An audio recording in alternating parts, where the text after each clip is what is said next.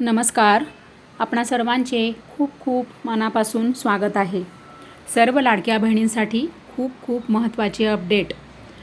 ज्या बहिणींना म्हणजे आता हे सगळे प्रॉब्लेम्स आहेत बघा, की कसे आता पतीचे मृत्यू प्रमाणपत्र नाही आहेत. ज्या बहिणींचे पती वारलेले आहेत पण त्यांच्याकडे त्यांचे पतीचे मृत्यू प्रमाणपत्र नाही आहेत आणि ज्या बहिणींचे वडील हयात नाही आहे, वडिलांचे पण मृत्यू प्रमाणपत्र नाही आहेत आणि ज्या बहिणींकडे घटस्फोट झालेला आहे पण घटस्फोटाचे कागदपत्र नाही आहेत आणि अशा बहिणी भरपूर आहेत की त्यांचा घटस्फोट पण झालेला नाही आहे आणि त्या पतीकडे पण राहत नाही, म्हणजे एकट्या राहत असतील किंवा आईकडे राहत असतील, तर त्यांच्याकडे कागदपत्र कुठून येतील बरं.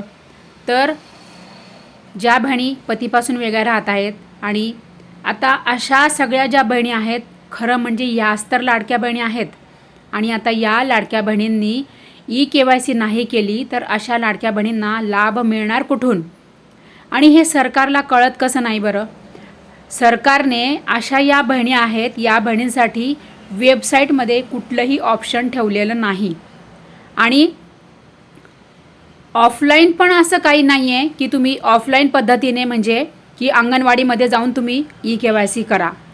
आता या सगळ्या ज्या बहिणी आहेत, या बहिणींनी ई-KYC कशी करायची हेच मी तुम्हाला आज या व्हिडिओमध्ये सांगणार आहे. तर लाडक्या बहिणी बघा, जसं की मी तुम्हाला म्हटले ना की माझा 3 दिवस गॅप गेला व्हिडिओ टाकण्यामध्ये, तर मी 2 दिवस तर पूर्ण दिवसभर फिरत होती. कशासाठी तर एक माझी बहीण आहे, म्हणजे बहीणच म्हणा, मैत्रीण म्हणा, तुम्ही तिला काही पण म्हणा, तर तिची ई-KYC करण्यासाठी मी 2 दिवस कंटिन्यू फिरली. आणि का बरं, कारण की तिचीसुद्धा सेम कंडिशन आहे.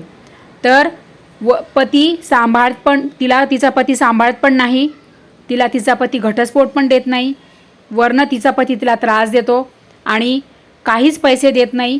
तर म्हणजे तिच्याकडे तिला तर फार आवश्यकता आहे ना आधाराची. तर अशा बहिणींनाच तर खरं गरज आहे. तर मग मी काय केलं, महाई सेवा केंद्रामध्ये गेली, तहसीलदारकडे गेली, अंगणवाडीमध्ये गेली. मी तुम्हाला नाही का म्हटलं परवा की मी जवळजवळ 10 अंगणवाड्या छानून मारल्या, म्हणजे 10 अंगणवाडीमध्ये मी फिरून आली. नंतर मी महाई सेवा केंद्रामध्ये जवळजवळ 4 महाई सेवा केंद्र गाठले. तर सगळीकडनं मी काय चौकशी केली की आता अशी अशी कंडिशन आहे, लाडकी बहीण योजनेचा लाभ घेत आहे एक बहीण, तर तिचं अशी कंडिशन आहे, तर यापुढे काय करावं. आणि अशा बहिणींना आणि या ताईलाच तर खरं गरज आहे लाडकी बहीण योजनेच्या लाभाची, तर काय करायचं आणि ई-KYC कशी करायची, तर हेच मी तुम्हाला सगळं आता या व्हिडिओमध्ये सांगणार आहे.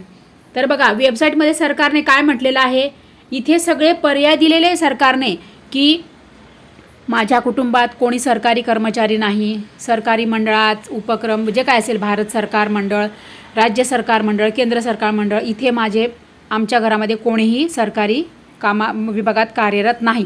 तर पहिले आणि दुसरे हे दोन्ही जे पर्याय आहेत ना, इथे सर्व लाडक्या बहिणींनी नाही नाही म्हणायचं आहे, बरोबर. नंतर याच्यानंतर काय म्हणते सरकार, तर हा दुसरा पर्याय आहे बी, इथे सुद्धा नाही म्हणायचं आहे तुम्हाला. तर सर्व लाडक्या बहिणींनी नीट लक्षात ठेवा, हे दोन्ही पर्याय तिथे नाही नाही तुम्हाला म्हणायचं आहे.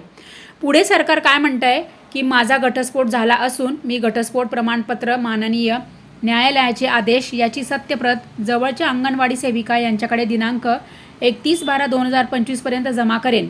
तर इथे तुम्हाला वरती त्या बॉक्समध्ये बरोबरची खूण करायची आहे. नंतर खालचं काय आहे, उपरोक्त अनुक्रमाणिका ए व बी मध्ये देण्यात आलेली माहिती खरी असून खोटी आढळल्यास खोटी माहिती दिल्याप्रकरणी सक्त कारवाईस पात्र राहील. इथे पण तुम्हाला दुसऱ्या या चौकोनी बॉक्समध्ये बरोबरची खूण करायची आहे, म्हणजे टच करायचं आहे आणि टिक मार्क करायचा आहे. तर हे सगळं खरं आहे. पुढे काय, पुढे सरकारने काय म्हटलेलं आहे वेबसाईटमध्ये, पती वडील हयात नसल्याने किंवा घटस्फोटित असल्याचे संबंधित पुरावे लाभार्थ्यांनी दिनांक 31/12 म्हणजे 31 डिसेंबर 2025 पर्यंत अंगणवाडी सेविकांकडे सादर न केल्यास संबंधित लाभार्थ्यांचे KYC प्रमाणित मानले जाणार नाही आणि ई-KYC अपूर्ण समजला जाईल. अहो, हे सगळं 100% खरं आहे, परंतु ज्या बहिणींना पती नाही, वडील नाही, ज्यांच्याकडे कागदपत्र कोणतेच कागदपत्र अवेलेबल नाही, तर तुम्ही त्यांची ई-KYC मानणार नाही की त्यांनी ई-KYC केली आहे म्हणून, आणि तुमची म्हणजे अशा बहिणींची ई-KYC अपूर्ण आहे असं सरकार गृहीत धरणार. पण सरकार हे कुठे सांगतंय की तुम्ही अशा ज्या बहिणी आहेत त्यांनी अशी ई-केवायसी करा. कारण सरकारने तसा काही पर्याय ठेवलेलाच नाही आहे. तर लाडक्या बहिणी बघा, तुम्हाला मी सांगते, आता जी माझी बहीण होती, मैत्रीण होती, तिची मी ई-केवायसी कशी केली ते मी तुम्हाला सांगते. तर महाई सेवा केंद्रात मी गेले आणि तिथे मी चौकशी केली. तर त्यांना मी सगळं सांगितलं की या ताईची अशी अशी कंडिशन आहे, या ताईला अत्यंत आवश्यक आहे लाभार्थी म्हणजे लाडकी बहीण योजनेच्या लाभाची, हप्त्याची अत्यंत गरज आहे. पण आता यापुढे काय करायचं, कारण तिच्याकडे कोणतेही कागदपत्र नाही. तर तिथे महाई सेवा केंद्रामध्ये असे सांगण्यात आले, कारण की ते अधिकृत असतं ना, महाई सेवा केंद्र म्हणजे ते ॲक्सेस असतो त्याला गव्हर्नमेंटचा आणि ते ऑथेंटिकेटेड असतं. त्याच्यामुळे ते जे काही सांगतात ना ते खरं असतं, कारण की त्यांनी सगळी जबाबदारी घेतलेली असते. तर ते काय म्हणाले की बघा, तुम्ही एक काम करा. काय करायचं की तुम्ही एक अर्ज लिहून द्या की अशी अशी कंडिशन आहे. तर त्या ताईने सर्व अर्ज लिहून दिला की बुवा 5 वर्ष झाले पती सांभाळत नाही, मला कोणाचाही आधार नाही, मी माझ्या मुलीचा आणि माझा सर्व खर्च मी स्वतः भागवत आहे. तर लाडकी बहीण योजनेचा लाभ मला यापुढेही कंटिन्यू सतत सुरू राहावा, यापुढील हप्ते मला सर्व मिळावे, असा तिने सर्व अर्ज लिहून दिला. तर तो अर्ज लिहिल्यानंतर तो अर्ज ॲफिडेविट केला महाई सेवा केंद्रामध्ये. तिथे आम्ही तो ॲफिडेविट केला. नंतर ॲफिडेविट केल्यानंतर तो अर्ज, ते ॲप्लिकेशन, ॲफिडेविट सगळं ते नंतर तहसीलदारकडे जाणार. मग तहसीलदार त्याच्यावर सही शिक्का देणार, म्हणजे ते अधिकृत झालं. आणि मग ते ॲफिडेविट आणि ते ॲप्लिकेशन आणि शिफारसपत्र हे असं सगळं भरून आम्ही, मग ते याच्याकडे अजून आलेलं नाही आहे, ते आम्ही ते काम म्हणजे इन प्रोसेस आहे ते काम. जेव्हा ते सही शिक्का होऊन तहसीलदारकडनं येणार तेव्हा ते आणि शिफारसपत्र असं सगळं भरून आम्ही अंगणवाडी कार्यालयात मग तो देणार सगळं कागदपत्र, आणि मग ती ई-केवायसी आमची पूर्ण होणार.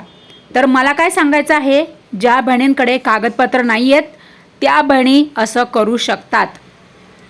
कारण की तुम्ही मला म्हणणार की असं करणं बरोबर आहे का, हे तुम्हाला कोणी सांगितलं, हे सरकारने सांगितलं का, असे अनेक प्रश्न मला माझ्या लाडक्या बहिणी विचारणार आहेत. हे मला 100% माहीत आहे. म्हणून मी तुम्हाला काय सांगते की तुम्ही असं करू शकतात.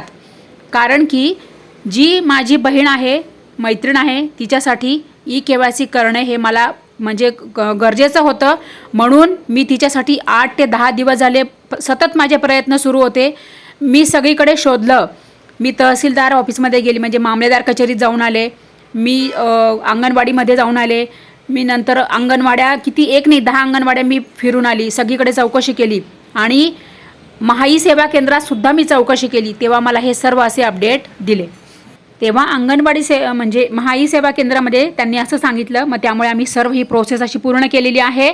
आता सगळी देवाची मर्जी, यापुढे सर्व देवाची मर्जी. तर ज्या लाडक्या बहिणींकडे कागदपत्र नाहीत त्या लाडक्या बहिणी अशी पद्धत, असं ई-केवायसी करू शकतात. कारण की असं काही पर्याय ठेवलेलाच नाही ना सरकारने की वेबसाईटमध्ये, की ज्या बहिणींकडे कागदपत्र नाहीत त्यांनी काय करावे, त्यांनी ई-केवायसी कशी करायची, ऑफलाईन असू दे किंवा ऑनलाईन असू दे. सरकारने काहीतरी तर पर्याय ठेवायला पाहिजे होता ना लाडक्या बहिणीसाठी. आणि अशा बहिणीच तर खरं गरजू आहेत आणि अशा बहिणींनाच तर खरं लाडकी बहीण योजनेच्या लाभाची आवश्यकता आहे. तर तुम्हाला जर काही माहीत असेल तर तुम्ही मला पण कमेंट करा. आणि तुम्हीसुद्धा ई-केवायसी अशा पद्धतीने करू शकतात. ज्यांच्याकडे कुठलेच कागदपत्र नाही त्यांच्यासाठी मी हे सगळं सांगत आहे, त्यांच्यासाठी मी हा व्हिडिओ आणलेला आहे. तर सर्व लाडक्या बहिणी नीट लक्षात घ्या हां.